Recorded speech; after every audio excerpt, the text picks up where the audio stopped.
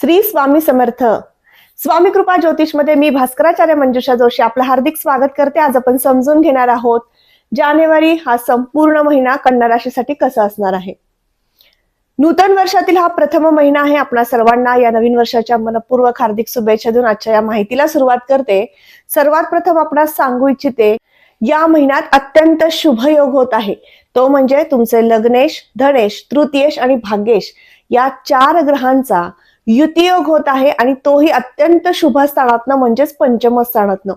मग पहा तुमच्या जीवनामध्ये किती उत्कृष्ट संधीचा काळ हे 4 ग्रह घेऊन येणार आहेत. त्याबद्दल आपण संपूर्ण विवेचन करून घेणार आहोत, माहिती करून घेणार आहोत.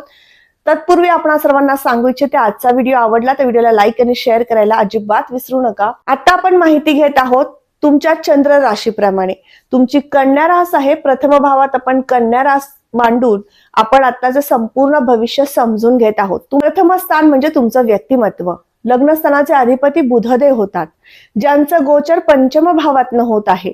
मित्र राशीतनं गुरुदेवांच्या स्थानातनं बुधदेव जेव्हा गोचर करतात त्यावेळेस वक्तृत्व अत्यंत उत्तम सुधारणा होते किंवा हा संपूर्ण महिना व्यक्तिमत्वामध्ये विशेष बदल परिवर्तन करून देणारा, उत्साहवर्धन करून देणारा, व्यक्तिमत्वाला उंचावणारा असा असणार आहे. धनस्थानावर आपण काय पाहतो? धनस्थानावर आपण कुटुंबाचं सौख्य पाहतो, मोठ्या गुंतवणुकी पाहतो. आपल्या सर्वांना माहिती देताना मी प्रामुख्याने उल्लेख केला की लग्नेश, धनेश, तृतीयेश आणि भाग्येश चतुर्थ युतिग्रह योग जो होतो आहे तो सर्वश्रेष्ठ मानला जातो जेव्हा तो त्रिकोणातनं आणि केंद्रातनं होतो. तर तुमच्या पत्रिकेनुसार या संपूर्ण महिनाभरातील दुसरा, तिसरा आणि चौथा आठवडा या सगळ्या ग्रहांना युती करत या स्थानातनं असणारं गोचर तुमच्या कुटुंबाचं सौख्य प्रदान करेल. दुसरी गोष्ट म्हणजे कुटुंबातील जबाबदाऱ्या आता वाढू शकतात. कुटुंबाला साथ सोबत करण्यासाठी तुमचा अधिकाधिक प्रयत्न राहू शकतो. हे चांगलं आणि शुभ आणि काही अंशी थोडासा तणाव देणारं हे वातावरण होऊ शकतं. याचं कारण म्हणजे 2 पापग्रहांच्या सोबत हे शुक्रदेव येत आहेत. शुक्रदेव तुमच्या वाणीवरचं प्रभुत्व वाढवतात जेव्हा ते पंचमात येतात. त्यामुळे तुम्ही जर वक्तृत्व क्षेत्रामध्ये काम करता, संभाषण कौशल्य तुमचं वाढू शकतं. तुम्ही प्रवचनकार आहात, कीर्तनकार आहात, कुठल्याही प्रकारचं काउन्सिलिंग क्षेत्रातलं काम करता, तुम्ही मानसोपचार तज्ज्ञ आहात, अत्यंत श्रेष्ठ काळ तुमच्यासाठी आहे. या संपूर्ण महिन्यातील दुसरा 15 तुमच्यासाठी हिताचा, सन्मान प्राप्त करून देणारा, प्रसिद्धी आणि कीर्तीचे शुभ संकेत घेऊन येणारा अशाच पद्धतीचा असणार आहे. तुम्ही युट्यूबर असाल किंवा मीडिया क्षेत्राशी संबंधित कार्य करता, तुमच्या सगळ्यांसाठी या ठिकाणी असणारी मंगळदेवांची जी स्थिती आहे तृतीय भावातील ती अत्यंत श्रेष्ठ का होते? कारण मंगळदेव जेव्हा मकरेतनं गोचर करतात, अर्थात जेव्हा ते पंचमात येतात त्यावेळेस तुमच्याकडे काय कमतरता आहे ते तुम्हाला जाणीव करून देतात. अथक परिश्रमातनं तुम्हाला श्रेष्ठत्व प्राप्त करून देतात आणि त्याचबरोबर तुमच्या कामाचा गुणवत्ता दर्जा वाढवतात. म्हणून तुम्हाला सुरुवातीला सांगितल्याप्रमाणे तुमच्या जीवनामध्ये या सगळ्या गोष्टी या 4 ग्रहांच्या युतियोगामुळे होत आहेत. राशीपत्रिकेतील चतुर्थ स्थानाकडे जाऊयात. चौथं घर फक्त वास्तूचं आणि वाहनाचं सुखच देतं का? किंवा ते घेण्याचे योगच निर्माण करून देतं का? तर असं अजिबात नाहीये. चतुर्थ स्थान हे महत्वाकांक्षेचं आहे. तुमच्या जीवनात कुठल्याही प्रकारची महत्वाकांक्षा नसेल तर तुम्ही आयुष्यामध्ये प्रत्येक गोष्टीचा आनंदास तुम्ही थोडंसं परावृत्त होता आपण म्हणू, किंवा तुम्हाला त्या गोष्टीचा आनंद घेता येत नाही असं आपण म्हणू शकतो. म्हणून प्रत्येक व्यक्तीने महत्वाकांक्षी असणं आवश्यक आहे आणि तीच महत्वाकांक्षा जागृत होईल का हे आपण चतुर्थ भावावरनं पाहतो. या ठिकाणी गुरुदेवतेची रास येते आणि गुरूंचं गोचर आता मिथुनातनं होण्यास सुरुवात झालेली आहे. 5 डिसेंबर 2025 या दिवसापासून गुरुदेव वक्री अवस्थेमध्ये आले आणि तुमच्या जीवनामध्ये चतुर्थाचे शुभत्व वाढवलं आणि चतुर्थाचे चांगली फळं देण्यास सुरुवात केली. त्याचे सगळ्यात मोठं कारण म्हणजे तुमच्या आयुष्यामध्ये आता वास्तू संदर्भातील कामे मार्गी लागू शकतात. वाहन खरेदी होऊ शकतं. आधुनिक पद्धतीचं लक्झरी वाहन तुम्हाला जसं हवंय तसं तुम्हाला प्राप्त करून घेता येऊ शकतं. त्यासाठी काही तुम्हाला इन्व्हेस्टमेंट तुमच्याकडे आहे, काही गोष्टी तुम्हाला लोन करायच्यात, यामधल्या अडथळे अडचणी सुद्धा तुम्ही दूर करू शकणार आहात. म्हणून सांगितलं की वास्तू आणि वाहनाचं सुखच नव्हे तर तुम्हाला त्या संदर्भातील घेण्याची इच्छाशक्ती सुद्धा वाढवण्याचं काम गुरुदेव निश्चित करणार आहेत. राशीपत्रिकेतील पंचम स्थानाकडे जाऊयात. 5वं घर शिक्षण, संतती आणि प्रेम प्रणय दर्शवतं. पंचम स्थानात जेव्हा एकापेक्षा अनेक ग्रह आल्यानंतर तुम्हाला सांगितलं की त्या स्थानाचं शुभत्व त्यांना मिळतं आणि त्या स्थानाचं फळ अधिकाधिक चांगलं होतं. या स्थानाचे अधिपती शनिदेव होतात. शनिदेवांचं जे गोचर आहे ते सप्तम भावातनं आहे. सप्तम स्थानामध्ये शनिदेव आले की त्यांची दशम दृष्टी ही चतुर्थावर येते. त्यामुळे कुटुंब कलह किंवा नात्यामध्ये दुरावा, प्रणयामध्ये सुद्धा याच गोष्टी होतात की तुमच्या पार्टनरच्या आयुष्यामध्ये, त्याच्या घरामध्ये काही ना काहीतरी कुरघोडी होतात आणि त्याचा काहीसा स्ट्रेस तुमच्या नात्यामध्ये येतो आणि त्यामुळे तुम्ही एकमेकांपासून दुरावता. मग ही स्थिती फार मोठ्या प्रमाणात होत होती. काही कालावधीसाठी त्याचा खूप त्रास तुम्हाला झाला. त्यासाठी मी उदाहरण देऊ इच्छिते. 28 नोव्हेंबर पर्यंत तुम्हाला हा मोठा ताण होता. पण या जानेवारी महिन्यामध्ये या सगळ्या परिस्थितीतून तुम्हाला बाहेर पडता येऊ शकतं. एकमेकांना तुम्ही साथ सोबत करू शकता, वेळ देऊ शकता आणि त्या माध्यमातून प्रणयाचे संकेत उत्तम येतील. शिक्षणाच्या बाबतीमध्ये सांगायचं झाल्यास, तुम्ही मेडिकल क्षेत्रामधलं शिक्षण घेताय किंवा शिक्षक वृंद म्हणून तुम्ही काम करताय, मंगळ देवतेच्या कृपेने उत्कृष्ट आणि चांगलं काम होऊ शकतं. मेडिकल क्षेत्रामध्ये शिक्षण घेणाऱ्या वर्गाला मंगळाची स्थिती उत्तम असणं पत्रिकेमध्ये अतिशय श्रेष्ठ मानले जातं आणि त्या माध्यमातूनच तो व्यक्ती धाडसीपणे एखाद्या पेशंटवरती, अगदी सिरियस पेशंटवरती सुद्धा किंवा सामान्य पेशंटवरती सुद्धा योग्य उपचार करू शकतो.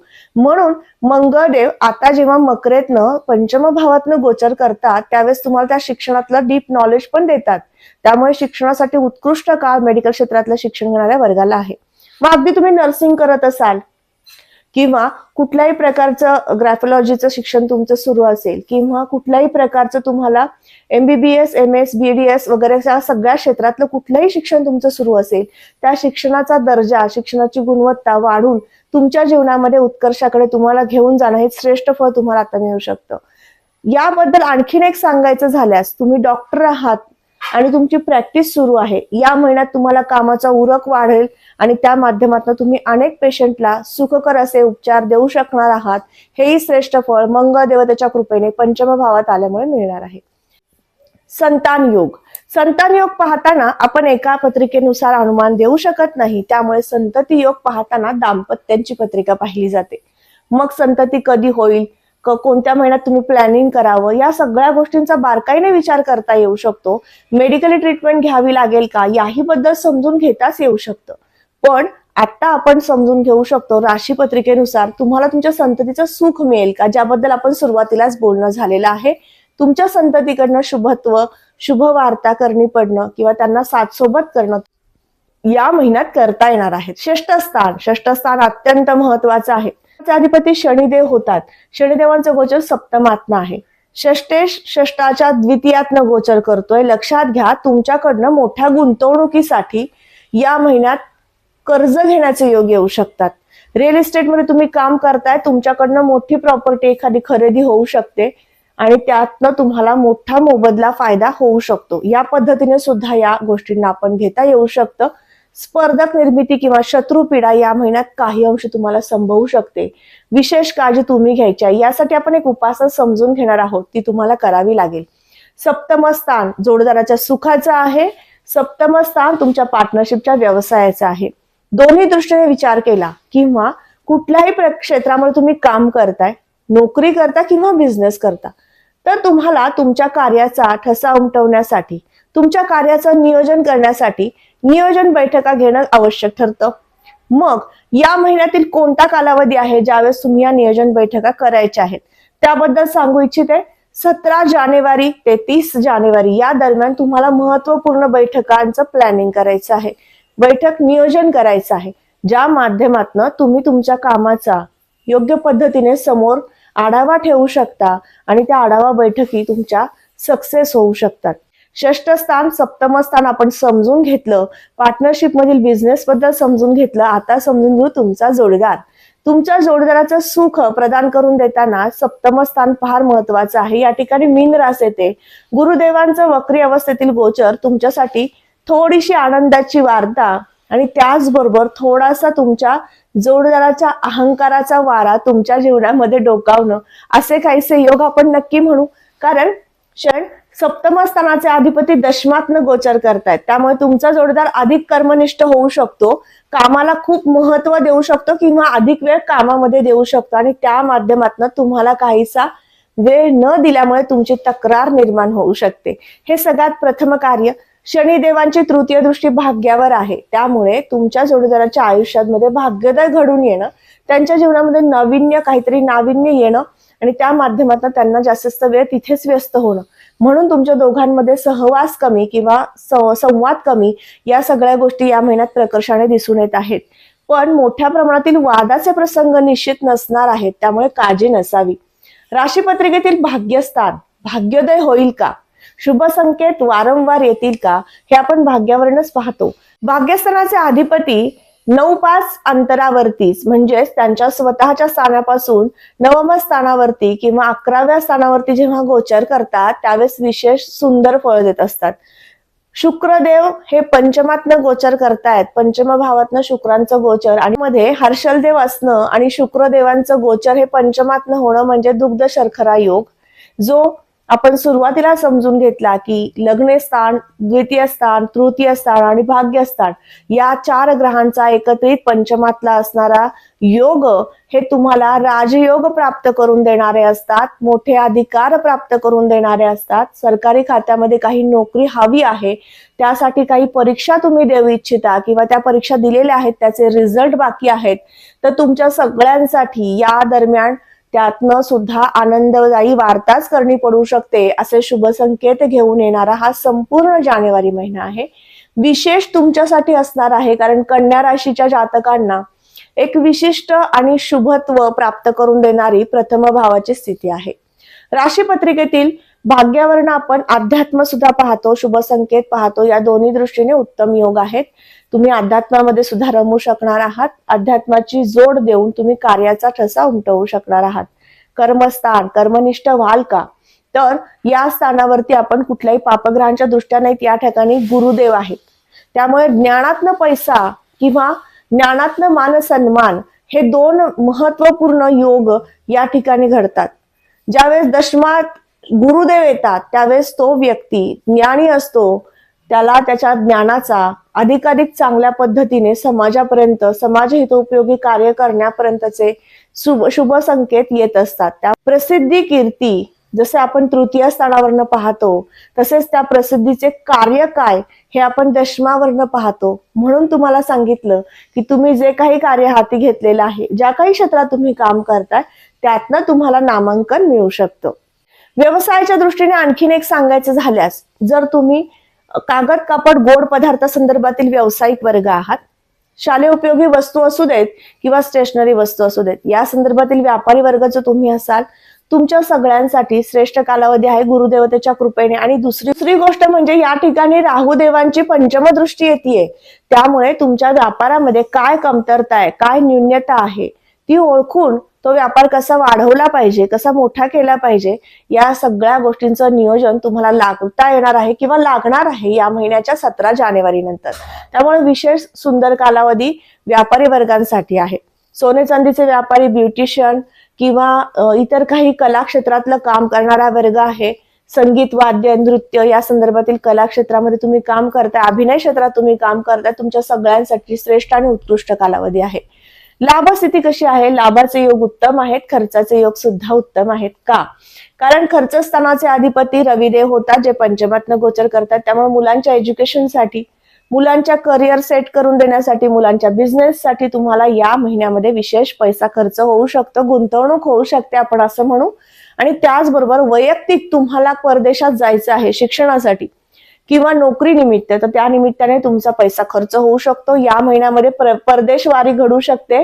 ज्यांना जायचं आहे त्यांनी प्लॅनिंग करायचंय, फिरायला जाण्यासाठी पण योग येऊ शकतात. कारण ज्यावेळेस 12व्या घराचे अधिपती पंचमात येतात त्यावेळेस तुम्हाला फिरण्यासाठी, स्वतःच्या हौशेसाठी सुद्धा आपण विनाकारण किंवा खूप महत्वपूर्ण कार्यासाठी सुद्धा पैसा खर्च करत असतो. त्यामुळे स्वतःच्या हौशी मौशी जपण्यासाठी तुम्हाला या महिन्यामध्ये पैसा खर्च होऊ शकतो.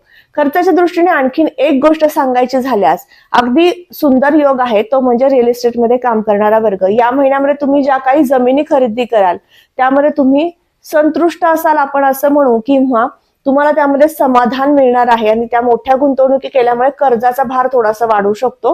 काही अंशी कर्ज घेण्याचे योग सुद्धा आहेत. म्हणजेच या महिन्यामध्ये गुंतवणुकीचे योग आपण सगळ्यात श्रेष्ठ मोठ्या प्रमाणात आहेत असं आपण समजून घेतलं. आता सगळ्यात मोठी आहे महत्वपूर्ण गोष्ट म्हणजे उपासना. उपासना करायची आहे. ज्यांना विवाह करायचे अशा वधूवरांना मी प्रथम सांगेल, तुम्हाला 10वा गुरु सुरू आहे. 10व्या गुरुमध्ये विवाहाचं कार्य मार्गी लागतं, परंतु तुमच्या जन्मलग्न कुंडलीमध्ये 9-5 स्थानामध्ये गुरुदेवांची दृष्टी येते का हे पाहणं आवश्यक ठरेल या महिन्यात. म्हणजेच त्या विवाहाच्या कार्य जुळून आणण्यासाठी शुभत्व किंवा शुभयोग आहेत का हे समजून येऊ शकतं. तर सगळ्या महिनाभरामध्ये, संपूर्ण महिनाभरामध्ये तुम्हाला दत्त उपासना करायची आहे आणि सोबतच या महिन्यामध्ये तुम्हाला मारुती स्तोत्राचं पठण करायचं आहे. मारुतीचं नामस्मरण करणं, शम शनेश्वराय नमः या मंत्राचा जप करणं अत्यंत उत्तम ठरेल तुम्हाला तुमच्या कार्यामध्ये यश निर्माण करून देण्यासाठी, यशस्वी होण्यासाठी. तर आज आपण समजून घेतलं कन्या राशीच्या जातकांना संपूर्ण जानेवारी महिना कसा असणार आहे. आजचा हा महत्वपूर्ण व्हिडिओ तुम्हाला कसा वाटला लगेचच कमेंट करून सांगायचं आहे. कमेंटमध्ये श्री स्वामी समर्थ लिहिण्यास अजिबात विसरू नका. तुम्ही आपल्या चॅनलवर नवीन असाल लगेच चॅनलला सबस्क्राईब करा, बेल आयकॉनला क्लिक करा. पुन्हा भेटणार आहे अशाच माहितीसह. तोपर्यंत आता आपली रजा घेते. श्री स्वामी समर्थ. जय जय स्वामी समर्थ. रामकृष्ण हरी.